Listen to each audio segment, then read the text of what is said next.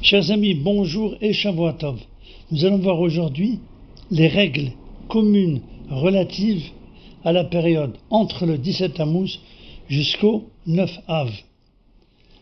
Les malheurs relatifs à la destruction du temple ont commencé le 17 Tammuz, comme nous l'avons expliqué lors de notre dernier cours, par la brèche qui a été faite dans les murailles de Jérusalem. Un certain deuil donc est d'usage depuis cette date jusqu'au 9 Av, date de la destruction du temple. Donc à partir du 17 Tammuz, on ne célèbre pas de mariage, mais on peut célébrer des fiançailles jusqu'au 1er Av. À partir du 17 Tammuz, on ne récite pas la bénédiction Shehianu, bénédiction que l'on récite lors d'une circonstance joyeuse, c'est-à-dire consommation d'un fruit nouveau ou le port d'un habit neuf. Il est d'usage aussi de se priver d'écouter des chansons accompagnées d'instruments de musique à partir du 17 Tammuz et donc jusqu'au 9 Av compris, même celles provenant de la radio. Cependant, il y a des exceptions pour les personnes qui pourraient déprimer sans écouter de musique, ou bien encore une facilité est accordée bien sûr pour ceux qui sont déjà, qu'à Dieu ne plaise, en dépression et qui ont besoin d'écouter de la musique pour guérir. Dans les communautés ashkénazes, on ne se coupe pas les cheveux et on ne se rase pas à partir du 17 Tammuz. La règle concernant donc de ne pas se couper les cheveux ne s'applique pas aux femmes. Dans les communautés séfarades, on peut se raser et se couper les cheveux jusqu'à la semaine où tombe le 9 Av. Cette année, comme Tisha B'Av, donc le 9 Av, tombe le 27 juillet, la semaine où tombe le Tisha B'Av commence depuis dimanche, c'est-à-dire dimanche 23.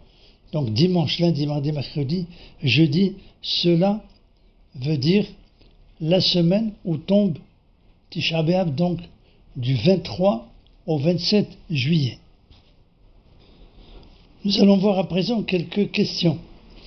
Le Shabbat, est-il permis de réciter la bénédiction Shehianu?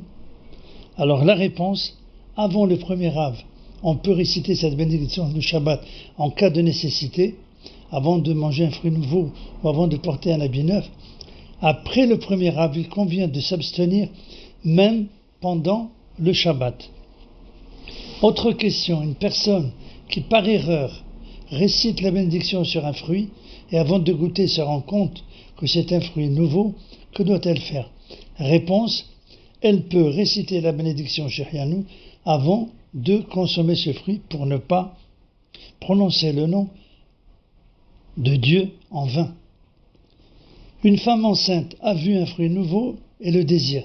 Peut-elle le consommer? Réponse oui, elle peut réciter la bénédiction Shehianu et le consommer.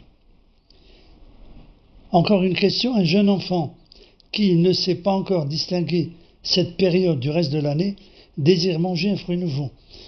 Peut-on le lui donner? Réponse oui, on peut lui donner ce fruit, même s'il devra réciter la bénédiction Shehianu. Pour une circonstance joyeuse, Brit Mila, Pidyon, peut-on écouter de la musique? Réponse oui.